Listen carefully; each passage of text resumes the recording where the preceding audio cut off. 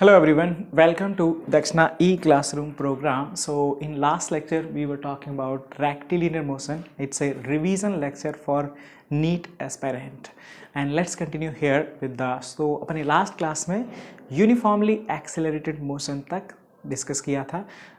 Speed, velocity, instantaneous, average, ये सब चीज़ें अपन ने देखी. डेफिनेशन, कुछ पॉइंट जो अपन को ध्यान रखना चाहिए, कुछ terms, acceleration, sign convention and we saw some application, some problem जो कि नीट में पहले पूछे जा सके हैं. तो then you should have idea exactly कि नीट क्या पूछ रहा है, किस तरह की चीज़ें, कौन सी चीज़ों को अपन को ध्यान रखना है, कब कौन से कहाँ हमें यूनिट कन्वर्ट करना है, कौन सी यूनिट में कन्वर्ट करना है, कब यूनिट कन्वर्ट करने के लिए ज़रूरत नहीं है. Then we should not spend more time there actually. All those things, ये सब चीज़ें आपको समझ में आएंगी जब आप ज़्यादा प्रॉब्लम सॉल्व करेंगे. तो सबसे जो बेस्ट तरीका होता है लाइक फिजिक्स के लिए, the thing is that try as many problem as you can. ज़्यादा प्रॉब्लम आप सॉल्व करेंगे, you will get very much confidence और चीज़ें आपको ऐसे चुटकियों में होने लग जाएंगी, राइट. तो अभी अपन let's continue here with the same like accelerated motion. So we can see one more problem or one or two problems. Okay, so here it's saying a ball is thrown vertically upward with the speed u. Distance covered during last t second of its ascent is. तो देखो अब question को आपको समझना पड़ेगा कि question क्या कह रहा है. तो यहाँ पे क्या हो रहा है कि a ball is thrown upward with initial speed u and it's asking distance covered by the body during its last t second of ascent. Clear ना. तो ये अभी पहले अपन को समझना पड़ेगा कि लास्ट टी सेकेंड है कौन सी. सो इनिशियल स्पीड u है, एक्सेलेरेशन क्या होगा, दैट विल बी माइनस जी. अब मैं यहाँ पे ऊपर को पॉजिटिव ले लिया हूँ, downward automatically negative. So initial speed positive. तो पहले तो मैं निकाल लेता हूँ कि टोटल टाइम कितना लग रहा है. क्लियर ना. So total time I will write final velocity will be v is equal to u plus at. v क्या है 0, u और a कितना है हमारा minus g into t. So this implies t is coming out to be u by g. So this is the total time. ठीक है, clear. और यहाँ पे पूछा क्या गया, distance covered during last t second of its ascent, मतलब ऊपर चढ़ने के लास्ट टी सेकेंड में.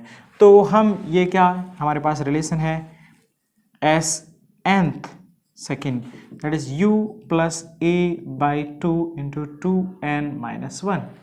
और ये क्या है tth second. So s tth will be equal to what, u क्या है u, a g और g यहाँ पे ध्यान रखना होगा, g क्या है हमारा negative, because here also we need to substitute things with proper sign. So it's minus g multiplied by 2 और n क्या है basically tth and that is equal to u by g minus 1. Hope it should be clear. So simplifying it, we are getting it, this is coming out to be this is u minus, multiply करते हैं यहाँ से तो ये कितना आ जाएगा basically, this is 2 gets cancelled, so this is 2u, this is again u minus u and इसको इधर मल्टीप्लाई करेंगे तो ये आ जाएगा plus g by 2. Clear. So this cancelled out and the answer is g by 2. So this is s teeth, that is answer to the problem. तो यहाँ पर भी चीज़ों को आपको समझने का है exactly and then simplify it, you will get answer. Okay, so the next part is non-uniformly accelerated motion.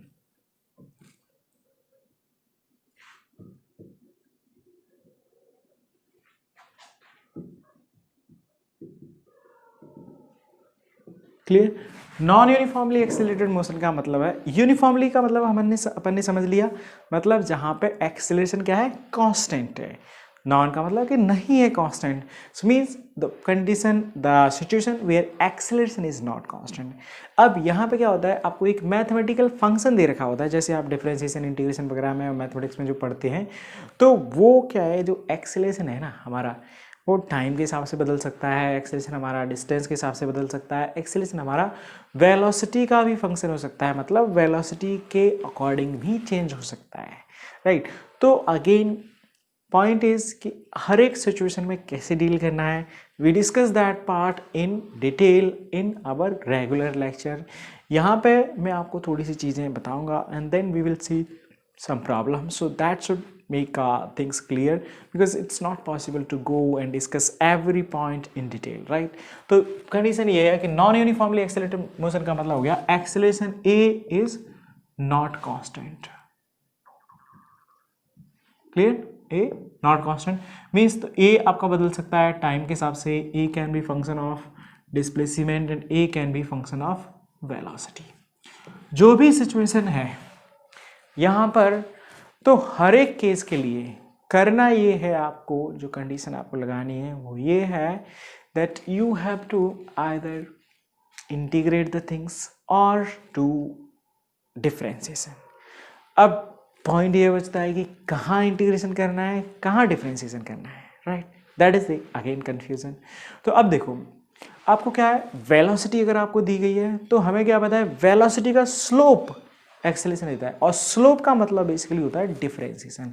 तो जहां आपकी कोई क्वांटिटी जो पूछी गई है वो जो गिवन क्वांटिटी है उसके स्लोप से रिलेटेड है, that means you need to go for differentiation.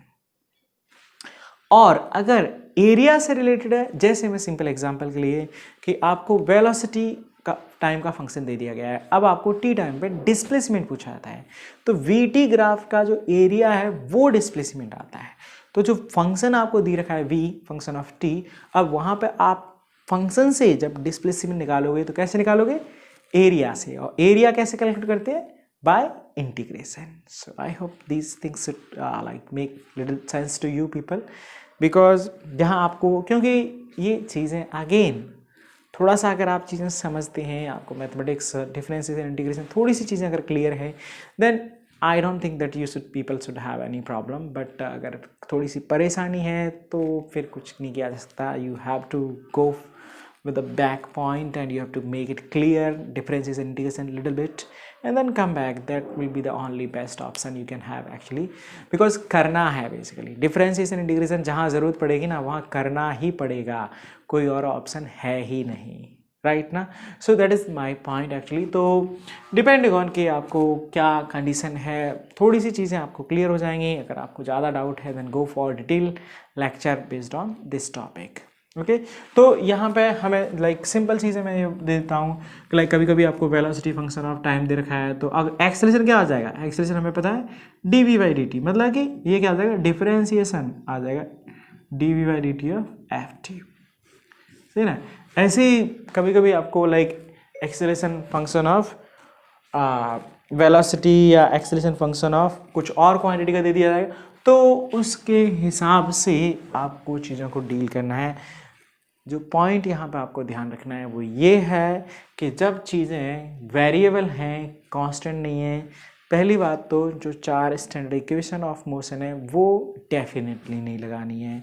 दूसरी बात, फिर इस तरह की सिचुएशन को आपको डील करना होगा इंटीग्रेशन या डिफरेंशिएशन से, वो थोड़ी सी चीज़ें आपको समझ में आ जानी चाहिए। If you are gone through the detail lecture, if you are remembering things from there, अगर आपको नहीं क्लियर है then go for it and come back here और लेट्स सी सम एग्जांपल, तो वहाँ से चीज़ें और आपको थोड़ी सी क्लियर हो जानी चाहिए।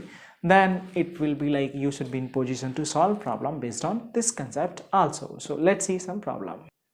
Okay, see the problem, it should be visible to you. So a particle of unit mass undergoes one-dimensional motion such that its velocity varies according to the relation Vx is equal to beta x raised to power minus 2n, where beta and n are constant and x is the position of the particle.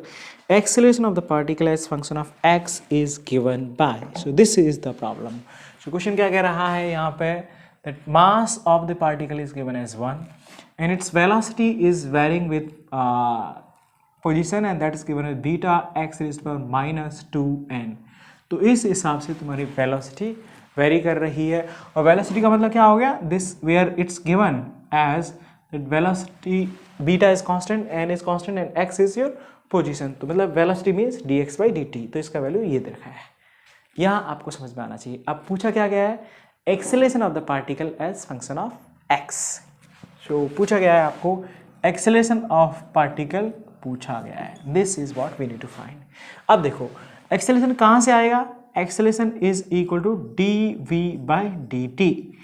अब थोड़ी सी चीज़ें आपको समझ problem यहाँ पे लगेगी कि यहाँ पे तो टाइम दिया ही नहीं है, बट अगेन ये एक थोड़ा सा मेथड होता है जो आपको पहले ही तो नहीं पता होगा, लेकिन आप थोड़ी सी प्रॉब्लम सॉल्व करेंगे then it should be clear to you कि यहाँ पे कैसे डील करना होता है। तो इस सिचुएशन को हम लिख देते हैं बेसिकली थोड़ा of like dv/dx multiplied by dx/dt। Clear. तो ये सिचुएशन हमारे पास आ जाती है दिस, ये क्या है v, you can write v into dv/dx। अब यहाँ पे देखो v अपन को दे रखा है dv/dx और v से मल्टीप्लाई कर देंगे then we will get answer. तो acceleration function of x v beta x raised power -2n, this is v multiplied by dy/dx of v that is beta x raised power -2n। Clear.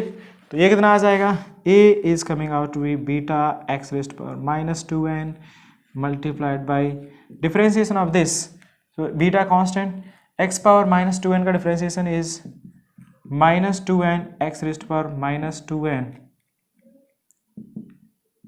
Plus 1 -2n -1 right. Simplify कर देते हैं तो ये आ जाएगा acceleration is equal to beta beta और 2n, so -2n beta square x raised power -2n -4n -1। This is the answer and you can check the option. So देख सकते हैं वाली चीज़ें बहुत कॉम्प्लेक्स नहीं है if you are familiar with the differentiation and integration part. अगर आपको उसमें परेशानी है तो ये टॉपिक आपके लिए हेडेक भी हो सकता है, राइट, एंड माइग्रेन भी, depending on how problem is like how difficult you people are facing, how difficulties you are facing in integration and differentiation part. Okay, so that is the problem. Let's see one more example next. Okay, so कभी कभी कुछ इस तरह का भी problem पूछ लिए जाते हैं, जैसे here we have one example, motion of particle is given by the equation. So यहाँ पे आपको दिया गया है motion of the particle s is equal to 3t cube plus 7t square 7t square plus 14t plus 8. So this is the motion of the particle as function of time given by the equation this. The value of acceleration of the particle at t equal to 1 second. तो ये आपका एकदम simple problem है और आपको पूछा गया acceleration particle का at t equal to 1 second, ठीक ना। तो देखो इसको कैसे सॉल्व करना है, ये तो मेरे हिसाब से सबके लिए बहुत आसानी होना चाहिए। डिस्प्लेसमेंट दिया गया है, पोजीशन मतलब पोजीशन, तो पोजीशन को डिफरेंशिएट कर देते हैं ds/dt, we will have velocity, ये कितना आ जाएगा 9t स्क्वायर 14t प्लस 14, क्या आ गया अपने पास वेलोसिटी। एक्सेलरेशन क्या होता है, a is equal to dv/dt, मतलब इसका फिर से डिफरेंशिएशन कर देते हैं, दैट इज 18t प्लस 14 और एक्सेलरेशन हमारे पास आ गया function of time is 18t plus 14, लेकिन ये पूछा गया acceleration at t equal to 1 second, substitute कर देते हैं, it's 18 plus 14 that comes out to be 32 meter per second, depending on कि अगर तुम्हारा जो डिस्प्लेसमेंट है वो मीटर में है और t is in second, so that's given, so it comes out to be acceleration is 32 meter per second. तो इस तरह की चीज़ें तो बहुत आसान होती हैं depending on like if problem is given to you like this. Okay, see one more example. Okay, so the question is a particle move along a straight line such that its displacement at any time t is given by some expression meter, the velocity when acceleration is 0. So this is the question. So first thing is like it's given as displacement of the particle moving in a straight line is given as function t cube minus 6t square plus this is a 3t plus 4 और पूछा गया है velocity कितना होगा कब, when acceleration become 0, when acceleration। तो अब देखो थोड़ा सा चीज़ें यहाँ पे ट्विस्ट है, कि वेलोसिटी निकालनी है कब नहीं पता, बट कंडीशन दिया गया है जब एक्सेलरेशन 0 हो जाए, राइट। क्वेश्चन डिफिकल्ट नहीं है, बट आपको अप्रोच इसका मालूम होना चाहिए। One more thing is that in NEET I think like many 3-4 years same model with changing the function question has been asked, so it's important actually। तो बताते हैं देखो कैसे सॉल्व करना है। तो अभी क्या करना है, इसके लिए आसान है चीज़ें, बट ये है कि आपको पहले से नहीं किया है, आपने मालूम नहीं है, तो आपके लिए डिफिकल्ट होगा। But if you are understanding the approach and how to solve, it will be just a simple piece of cake, right? So let's solve it first। तो डिस्प्लेसमेंट दिया है, वेलोसिटी कैसे निकालेंगे? वेलोसिटी देखो differentiation ds/dt that is equal to how much 3t² minus 12t plus 3 equal, this is velocity 12t plus 3, तो ये क्या आ गया वेलोसिटी।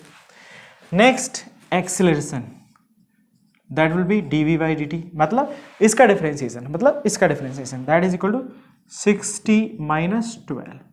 और ये पूछा गया कि एक्सेलरेशन 0 हो जाए, अब वो कब होगा यही हमें चाहिए था, और वो यहाँ से देख लेते हैं। तो 60 equal to 12 means t equal to 2 second.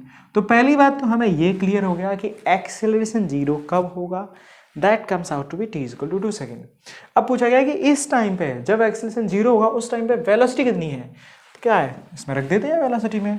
So v is equal to how much 3t² minus 12t plus 3।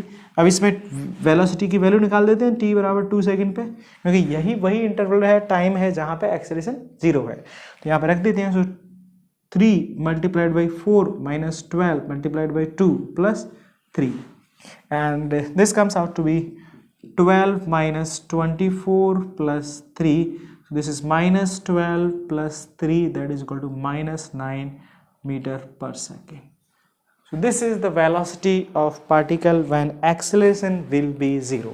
तो देखो यहाँ पर भी देख सकते हैं चीज़ें कॉम्प्लेक्स नहीं है, बट ये क्या अलग है थोड़ा सा, है ना। तो चीज़ें आपको एक बार जब आप सॉल्व कर लेंगे इस तरह के मॉडल, या फिर मतलब आपको चीज़ें बेसिक अगर मालूम है, easily you should be in position to approach this type of problems। Okay, see the next problem here। So two cars P and Q start from rest from a point at the same time in a straight line, and their positions are represented by xpt at plus bt square and xqt equal to ft minus t square। At what time do the car have same velocity? तो ये है अपना next question। So the question it's saying is that two cars start P and Q, right, starting from a point at same time in a straight line, and their position, so xp function of time is given as at plus bt square, and xq function of time is equal to ft minus t square। तो ये दे रखा है तुम्हें car का position as function of time, और question पूछा गया है at what time, their velocities are equal, vp is equal to vq। this is the question।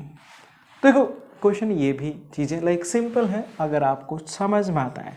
तो मतलब क्या करना है, अब यहाँ से हम पहले x की वेलोसिटी निकालते हैं। वो क्या आएगा, पोजीशन दिया है, वेलोसिटी क्या आएगी स्लोप मीन्स डिफरेंशिएशन। तो vp ये क्या आ जाएगा dxp बाई dt, इसका डिफरेंशिएशन आ जाएगा a plus 2bt, right. Similarly vq will be equal to d by dt of xq, and that is equal to इसका differentiation that is f minus 2t। और ये क्या होना चाहिए, दोनों वेलोसिटी सीधा सीधा इक्वल दे रखा है कि दोनों वेलोसिटी इक्वल होनी चाहिए कब टाइम पे। तो दोनों की वेलोसिटी को इक्वल कर देते हैं। So vp is equal to vq and we will automatically get the time implies a plus 2bt equal to f minus 2t, right. इसको इधर ले जाते हैं, so 2b plus 2 multiplied by t equal to f minus a। तो यहाँ से अपने पास t आ जाता है f minus a divided by 2 into b plus 1। So this is the time eight which velocity of both the particle P and Q will be 0, and this is the answer to the problem. Okay, see the next question. See here, the position x of a particle with respect to time along x-axis is given by some expression x equal to 9t square minus t cube, where x is in meter and t is in second. What will be the position of this particle when it achieve maximum speed along positive x direction? So this is the question, right. थोड़ा सा यहाँ पर भी twist है. तो ये कह रहा है एक पार्टिकल जो कि पॉजिटिव एक्स डायरेक्शन में मूव कर रहा है, उसका position as function of time दे रखा है x is equal to 9t square minus T cube. So this is the position of particle as function of time, and it's asking x position ही पूछा गया है किसी टाइम पे when particle's speed is maximum. Speed is maximum. तो ये थोड़ा सा और इसमें घुमाव आ गया, right. So question is saying what will be the position of this particle when it achieve maximum speed along positive x direction. तो पहले तो अब अपन को ये समझना है कि ये कौन से टाइम पे मैक्सिमम स्पीड अचीव करेगा. Clear, right. See once we have time we can substitute it there, we will get automatically position, right. So let's see it. So speed की बात कर रहा है, मतलब इसका पहले स्पीड निकाल देते हैं. स्पीड मतलब वेलोसिटी का magnitude. So speed you can write it's dx by dt. तो डिफरेंशिएट करके वो कितना आ जाएगा 18t minus 3t square. This is the speed. अब ये कि ये स्पीड क्या होनी चाहिए, मैक्सिमम, राइट. अब मैक्सिमम ये किसी क्वांटिटी को हमें, अब इसको भूल जाते हैं, ये क्वांटिटी मैक्सिमम कब होगी. We need to get that first critical point. तो कोई भी फंक्शन को मैक्सिमाइज करने के लिए क्या करते हैं, पहले हम उसका डिफरेंशिएशन करते हैं, and that should be equal to 0. That will give you critical point, right. To maximise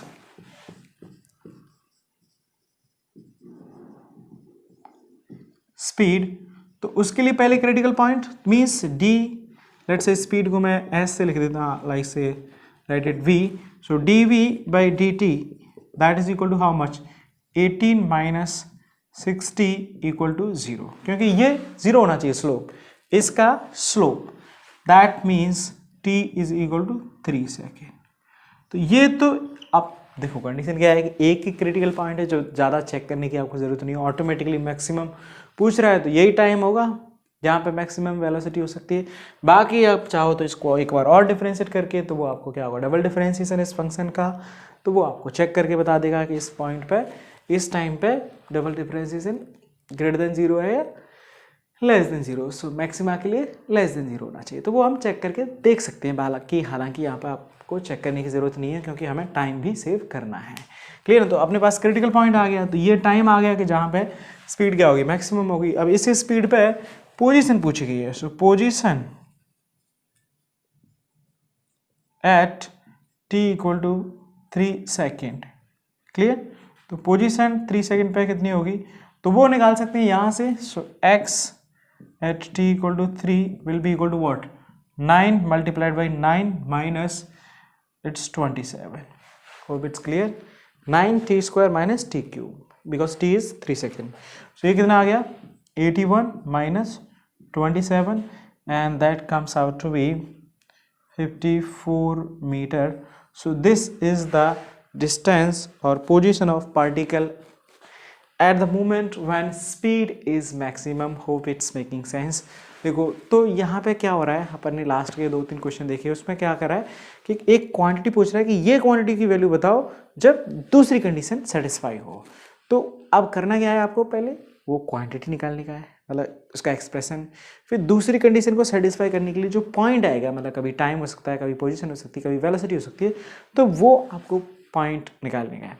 उसको सब्सटीट्यूट कर दो पहली वाली रिलेशन में, you will get the answer. तो लास्ट के 2-3 अपन ने क्वेश्चन देखे वो इसी तरह के थे. तो ये सब चीज़ें मतलब क्लियर हो जाएगी, फेमिलियर हो जाएगी जब आप ज़्यादा प्रॉब्लम सॉल्व करोगे. Okay, so the next part is graphical interpretation. Sometime in NEET, even questions are asked based on graph. तो ग्राफ में आपको क्या है, लाइक चीज़ें कैसे हैं, थोड़ा सा इसको समझते हैं. हालांकि लाइक कभी कभी क्वेश्चन नीट में पूछे जाते हैं ग्राफ पे बेस्ड, तो वो भी देखते हैं कि कैसे क्वेश्चन पूछे जाते हैं और क्या है एग्जैक्टली ग्राफिकल इंटरप्रिटेशन. तो बेसिकली यहाँ पे ये है कि जो चीज़ें अपन ने समझी, speed, velocity, distance, position, acceleration, ये सब चीज़ों को हम ग्राफ में भी देख सकते हैं, right. Because graph can be plotted one, let's say this is on X axis, this is time, on Y axis this is position. तो एक पोजीशन टाइम ग्राफ भी तुम्हारा कुछ ऐसा हो सकता है. तो ये ग्राफ से अब मैं बताऊँ वेलोसिटी का मतलब क्या है. तो ग्राफ पर वेलोसिटी क्या है, कैसे रिप्रेजेंट करेंगे, राइट. तो देखो अभी अपन ने ये सब चीज़ें आपको बहुत आसानी से समझ सकते हो, या फिर आप लाइक इजीली कैन अंडरस्टैंड और interpret if you remember the definition.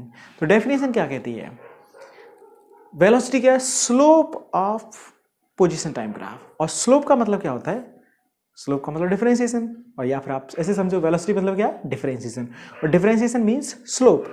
तो अब इसका मतलब क्या हो रहा है कि अगर मैं पूछ रहा हूँ कि इस पॉइंट पे, राइट, वेलोसिटी क्या होगी, तो आप क्या करोगे, इसका स्लोप निकाल देते हो.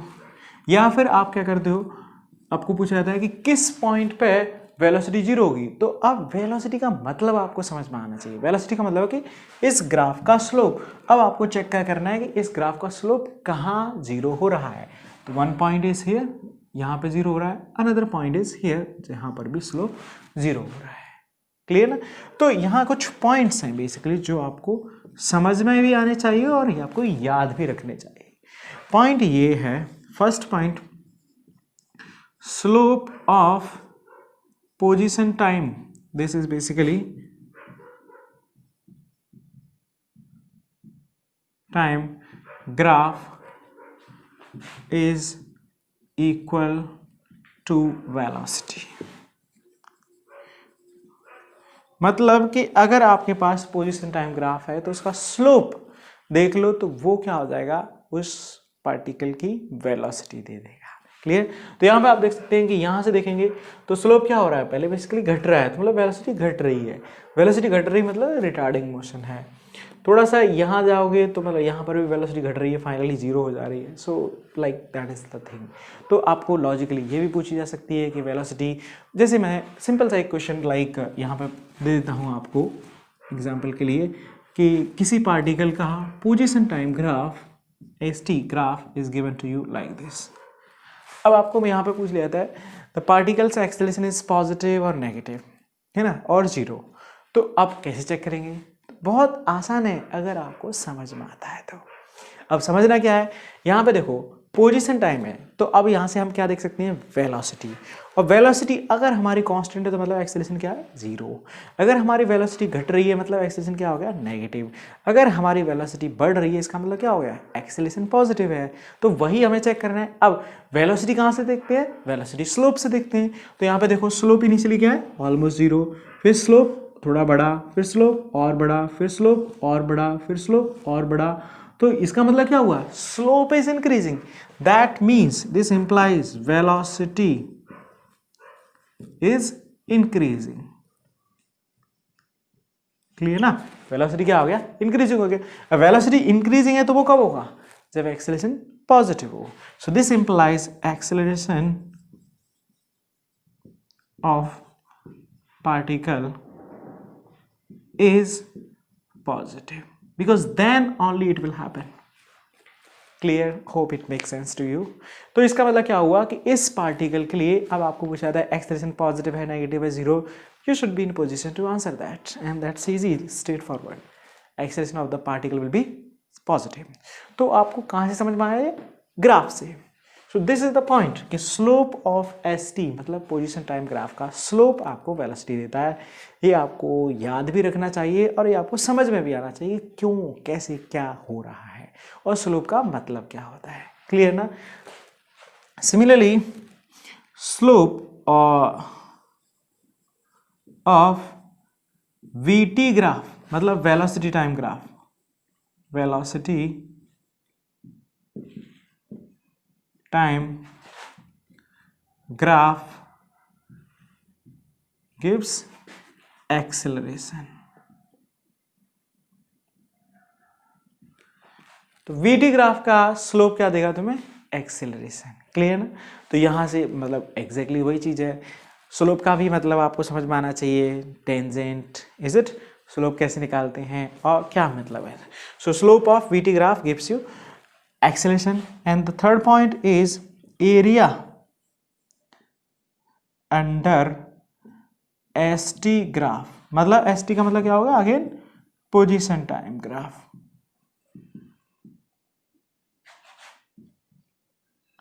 Graph is equal to displacement or change in displacement. Clear? So this is the third point. मैं इनको थोड़ा सा और एक्सप्लेन कर देता हूँ. Let me write the fourth point also. Similarly, area under AT graph. I did mistake here. It's basically area under VT graph, not ST. VT मतलब velocity time graph gives you displacement. Similarly area under AT graph मतलब acceleration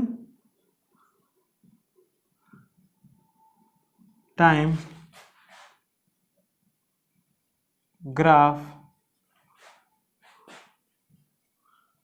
gives change in velocity.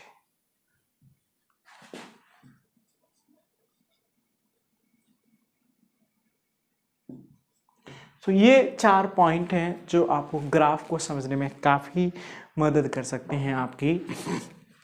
इनका meaning मैं और आपको थोड़ा सा clear कर देता हूँ, जो कि समझना बहुत ज़रूरी है। तो यहाँ पर आपको जो भी ग्राफिकल क्वेश्चन पूछे जाएंगे, I hope like after going through this point and this part you should be in position to answer that type of question also. तो पहला आपको स्लोप का मतलब क्लियरली हो जाना चाहिए। स्लोप का मतलब क्या होता है? तो कोई सा भी ग्राफ, ये ग्राफ है तो इसका मतलब स्लोप कैसे निकालते हैं हम? ये अपने पास x1 y1 पोजीशन है, ये x2 y2 पोजीशन है, तो इसका स्लोप बेसिकली आता है slope is equal to y2 minus y1 by x2 minus x1। This is equal to slope. यही क्वांटिटी अगर ये दोनों पॉइंट बहुत पास आ जाते हैं तो ये डिफरेंस अपना स्मॉल हो जाएगा, डेल्टा y, ये भी स्मॉल हो जाएगा, डेल्टा x, और स्मॉल होने पे इसको अपन लिख देते हैं that is dy by dx and that is also basically slope and this is differentiation of y with respect to x. तो स्लोप मतलब ये, मतलब ये, मतलब ये, मतलब ये, मतलब ये, all mean same। इसी को मैथमेटिक्स में बोलते हैं स्लोप। तो slope of position time graph gives you velocity. तो मतलब अगर आपको पोजीशन टाइम ग्राफ दिया जाता है और वेलोसिटी की बात की जा रही है तो किस चीज़ पे हमारा ध्यान जाना चाहिए? स्लोप पर। क्लियर होता है? ठीक है ना? ऐसी नेक्स्ट पॉइंट है slope of VT graph gives you acceleration. मतलब कि अगर आपको वेलोसिटी टाइम ग्राफ दिया गया है और वहां पर एक्सेलरेशन की बात की जा रही है तो मतलब क्या करेंगे हम? अब वीटी ग्राफ के स्लोप को देखेंगे, बिकॉज वीटी ग्राफ का स्लोप ही तुम्हें एक्सेलरेशन देगा। ऐसे ही अगर तुम्हें एक्सेलरेशन मतलब लाइक वेलोसिटी टाइम ग्राफ दिया गया है और फिर डिस्प्लेसमेंट पूछा जा रहा है, then you should remember the third point. Third point कहता है area under VT graph gives you और इक्वल टू डिस्प्लेसमेंट। तो जैसे कुछ भी आपको इस तरह का क्वेश्चन पूछ लिया जाता है, एग्जाम्पल के लिए दिस इज वीटी ग्राफ और यहाँ पे आपको वेलोसिटी दे दी गई 10 मीटर पर सेकेंड, टाइम आपको 2 second, this is 6 second and this is 8। So time in.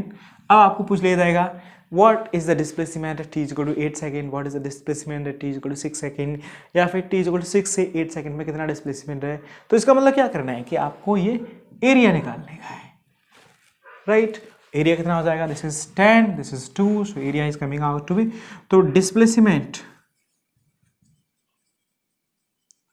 From t is equal to 6 to t equal to 8 second, so that will be equal to what? Area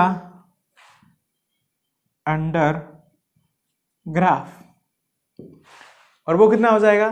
that is equal to how much? 1/2। इसका height कितना हो गया? 10, base कितना हो गया? ये कितना हो गया? 2, this is equal to 10 meter. This is the answer.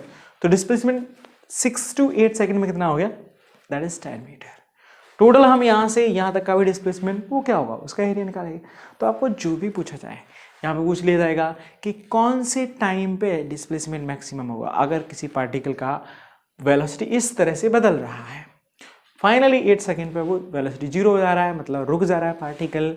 और यहाँ पे आप देख सकते हैं कि इस केस में क्या होगा, 8 सेकंड पे ही डिस्प्लेसमेंट मैक्सिमम होगा।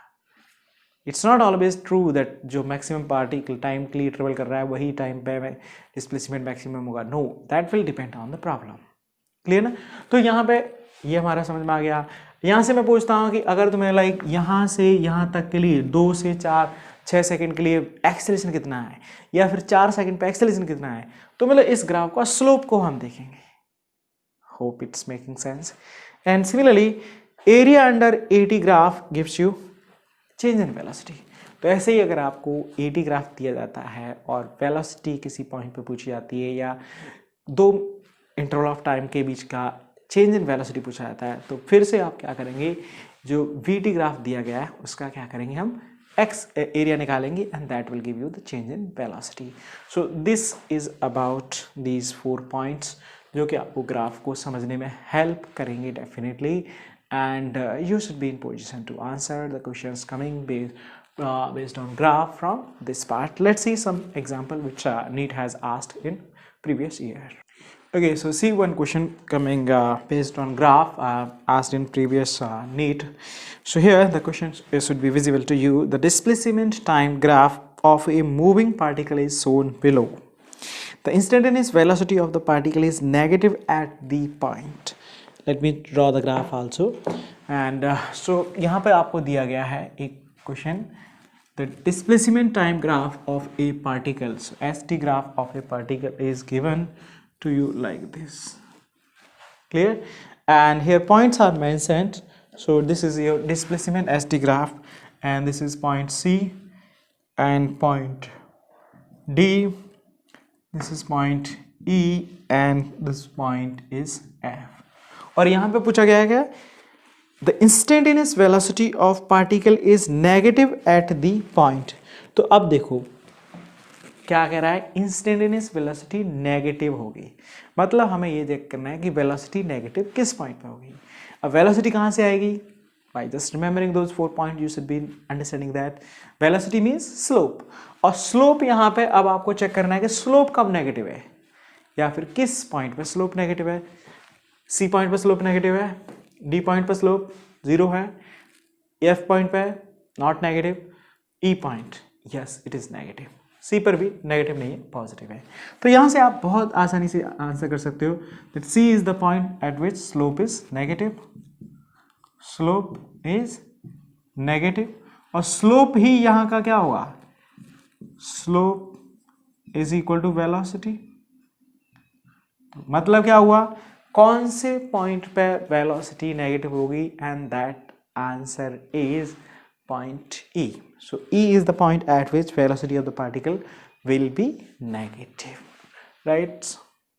Okay, here we have one more problem. So see this problem, which of the following curve does not represent motion in one dimension। थोड़ा सा हटके है question, but it's also a straightforward simple question. So यहाँ पे let me write you, basically the question is based on options. So VT graph आपको एक इस तरह का दे रखा है A ऑप्शन में, and B it's given as here circle, this is also VT graph, and C option it's given as this V versus T, and D1 is given like this, so it's like this is VT।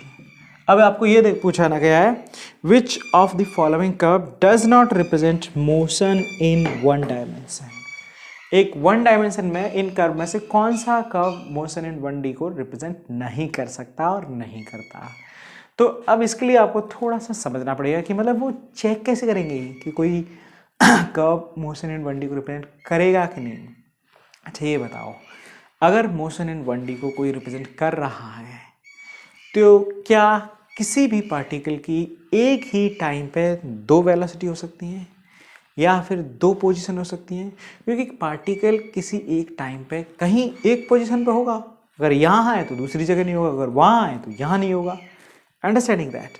So the logic for this question is that position, velocity and acceleration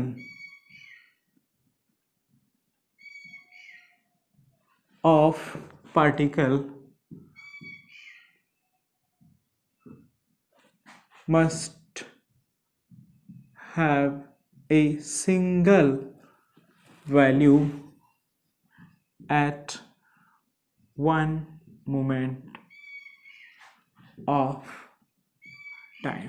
मतलब कि एक time पे position, velocity और acceleration की एक ही value होनी चाहिए, क्योंकि दो वैल्यू कैसे होंगी, समझ में आ रही ना चीज़ें. कोई पार्टिकल की दो एक मूवमेंट पे या तो इधर जा रहा होगा या इधर जा रहा होगा, मतलब दोनों डायरेक्शन में तो एक साथ नहीं जा सकता, दो जगह पे नहीं हो सकता और दो एक्सेलरेशन भी नहीं हो सकते. So that is the logic for this type of problem. तो यहाँ पे क्या आ जाएगा बेसिकली, देखो इसमें क्या हो रहा है, किसी टाइम पे velocity, yes definitely no doubt this can be possible, and similarly this is also possible. और यहाँ पे देखो किसी भी टाइम पे मैं यहाँ पे, तो इसकी एक वेलोसिटी ये है और एक वेलोसिटी ये है, इस टाइम पे भी लेता हूँ तो एक वेलोसिटी ये है एक वेलोसिटी ये, क्या ये पॉसिबल है? Definitely not. Yes this is also possible. The right answer means which is not possible is B. Hope it makes sense. So this is basically about graphical interpretation. You can try more problem based on it. तो जो भी आपको चीज़ें पूछी जाती हैं, area under वगैरह कुछ दिया गया है, डिस्प्लेसमेंट पूछा जाता है, चेंज इन वेलोसिटी, तो वो चीज़ें आपको याद रखनी है, and then you need to understand how to apply them. Just go for it, solve some problem, it will make sense. Hope it's like these things should help you and you should be clear with solving such type of problem. So that is all about. And तो अभी आपको क्या करना है, थोड़े और problem solve करनी है इस चैप्टर पे, और feel free to share your doubts and share your feedback. And for time and speed, again you need practice. This is a like theoretical part more. It will help you in understanding concepts a little bit if you are facing some issues, and if you still have more problem, you can even contact me, you can reach out to me, we will try to clear your doubt specifically. Thank you, that's all.